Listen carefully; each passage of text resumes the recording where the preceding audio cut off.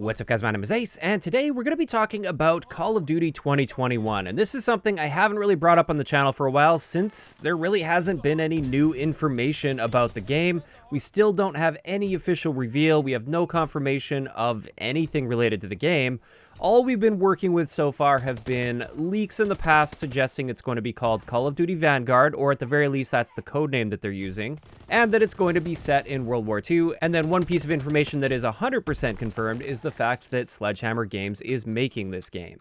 Now, having said that, there was an investor call with Activision last week, and we got a little bit more information, no details or anything, but some stuff that at least gives some very vague insight into the next Call of Duty game.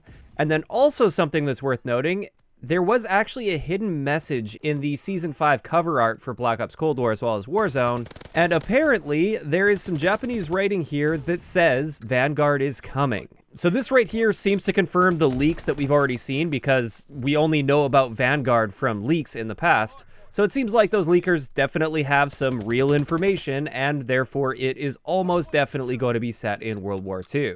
Now, jumping into the investor call, and a few little key quotes that I wanted to pull from the investor call that can give us maybe a bit of an indication of what's going to be happening with CoD 2021. The first thing they mentioned is content-wise, it's a really robust game at launch across all modes. And they also said that they should expect the support post-launch to be very, very significant.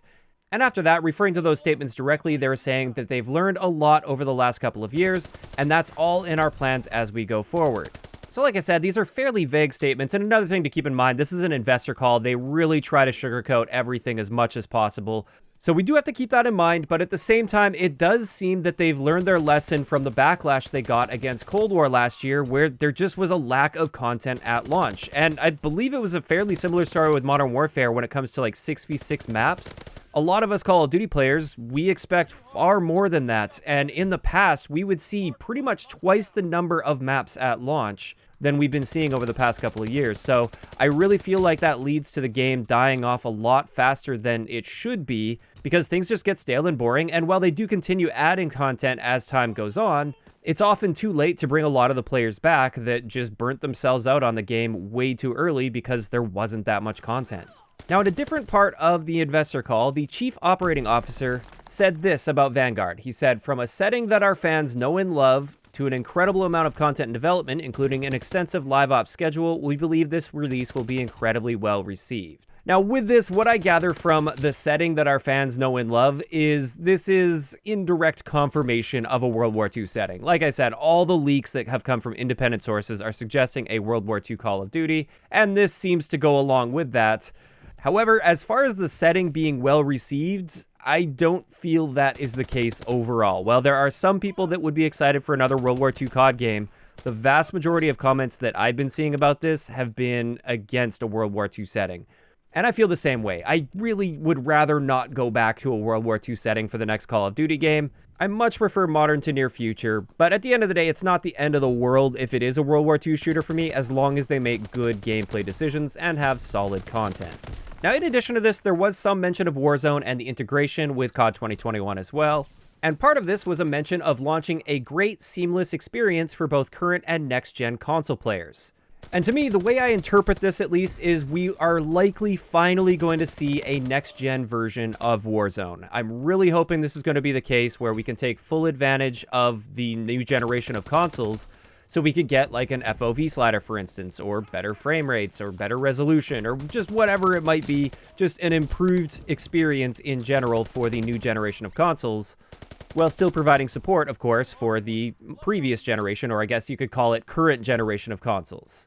Additionally, there was mention of substantial innovation coming within Warzone itself, and I realize this is something I've been harping on a lot and ranting about a lot, so I'm going to try to just blast through it really quickly. I really hope this substantial innovation coming to Warzone is going to include some form of an effective way of combating cheaters. Whatever that method is going to be, I don't care. Basically, when it comes to Warzone, I don't think any updates or anything really matter that much if they can't get the cheating situation under control.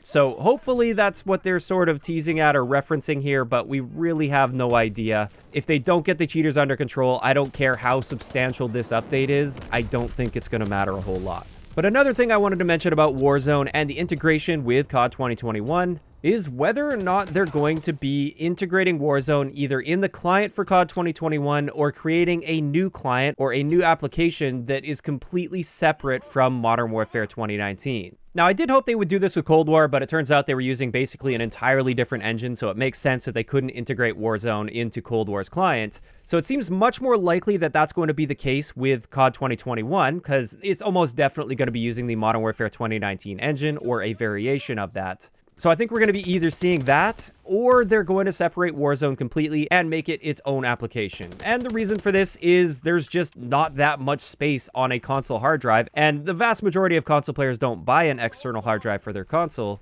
And many of them won't want to have Modern Warfare 2019 installed 2 years later. They're wanting to move on to the new games that are coming out, including games outside of the Call of Duty franchise like Battlefield or Halo. So I really do think it's in Activision's best interest to move Warzone either into the Vanguard client or as its own client, so people can finally get rid of Modern Warfare 2019's client.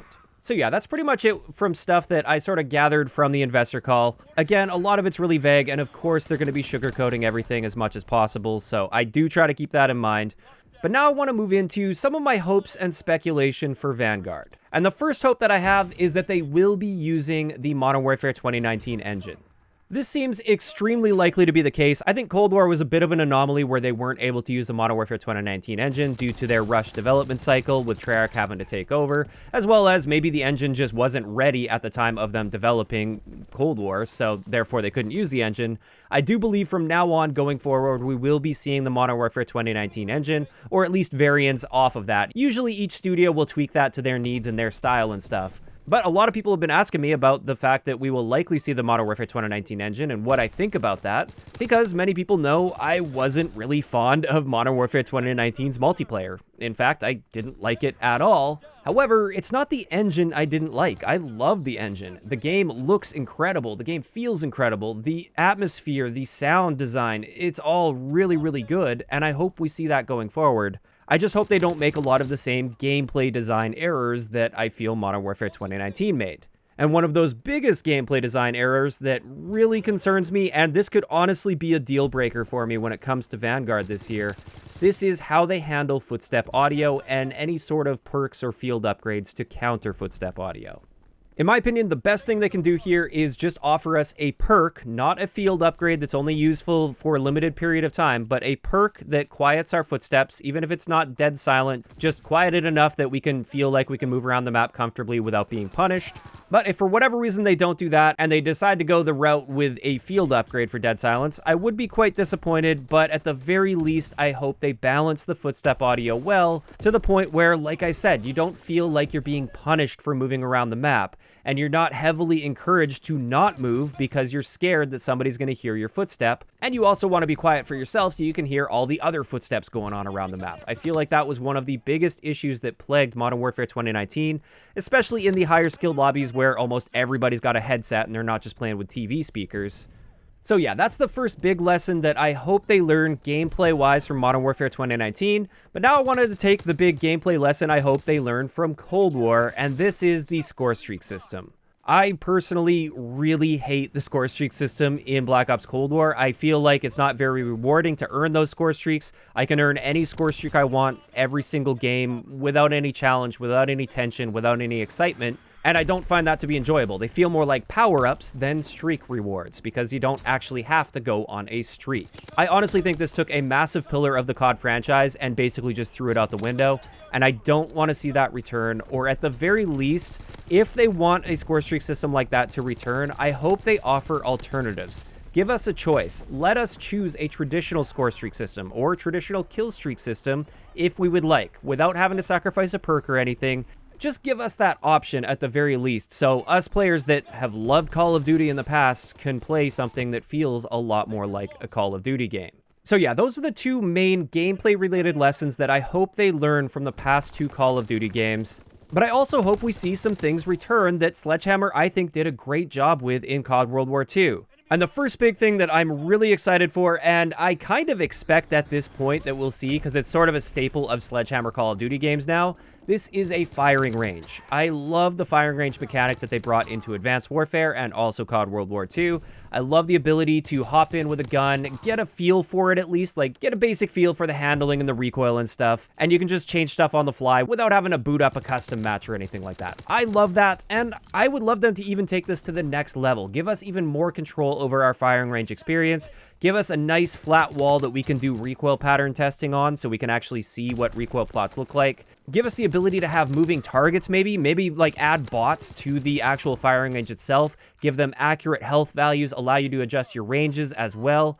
I would absolutely love to see Sledgehammer take their firing range to the next level because I think it's one of the things that really sets them apart from the other Call of Duty studios. Additionally, something I would love to see Sledgehammer iterate on in this game is the war game mode, or at least something comparable to their war game mode.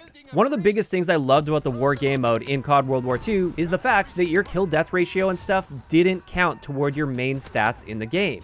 And what I found with this is it made for a much less stressful experience, and I also just found that many more people were playing the objective and just going out trying to win the game because it didn't matter if they died over and over and over again. It didn't affect their kill-death ratio. Additionally, this was great for camo grinding. If you had a really tough weapon, but you didn't want to destroy your kill-death ratio, I realize not everybody plays for kill-death ratio, but many CoD players absolutely do.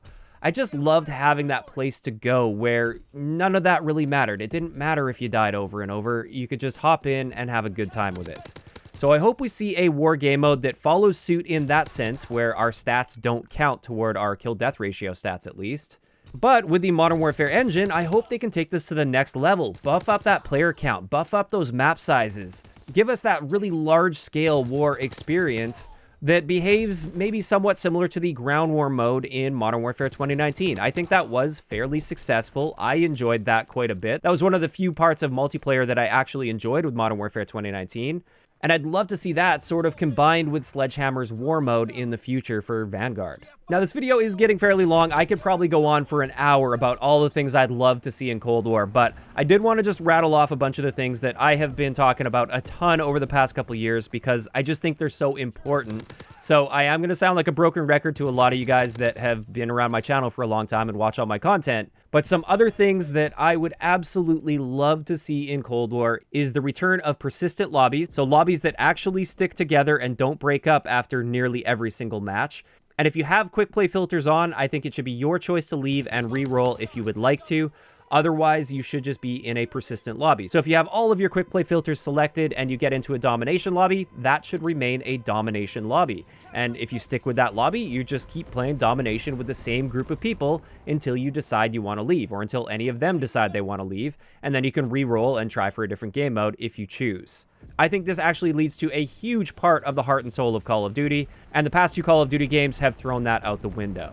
Next up, huge elephant in the room for the past couple Call of Duty games, skill-based matchmaking. I would love to see this reduced in some way, or at the absolute bare minimum, I would love to see it so your connection quality is never sacrificed for the sake of skill.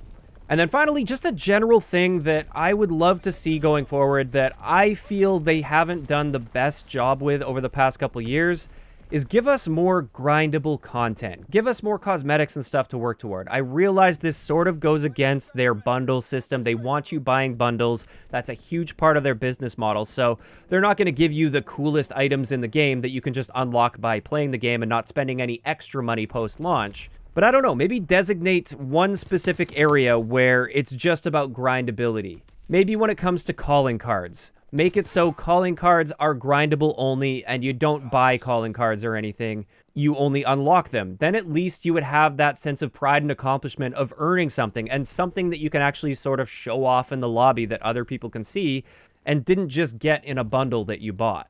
This is just an area where I feel like Call of Duty has always been really strong in up until recently. The past couple years of Call of Duty game, this is just another one of those areas where it feels like they took a lot of that grindability and threw it out the window. We still have our Dark Matter type grinds, or Damascus grinds, and that's great. I just don't feel like that's quite enough for the people that always like working towards something in the game itself. But yeah, with that, I think that's a pretty good place to leave this video. Those are the primary things that I'm looking forward to and hoping for in Vanguard this year. And at this point, I'm just keeping an open mind with this game.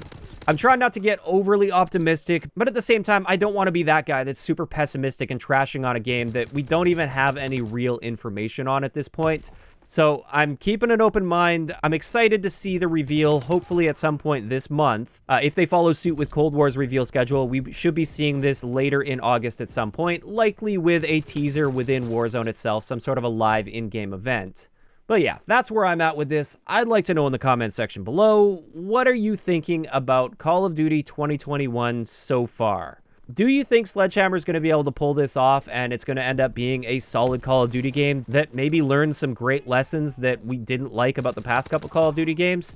Or do you think it's going to be sort of business as usual? They're just sugarcoating everything in the investor call, and we shouldn't really be expecting a whole lot out of this next game. Just let me know those thoughts down below. If you enjoyed the video, a like rating is always appreciated, and don't forget to subscribe for more if you haven't already.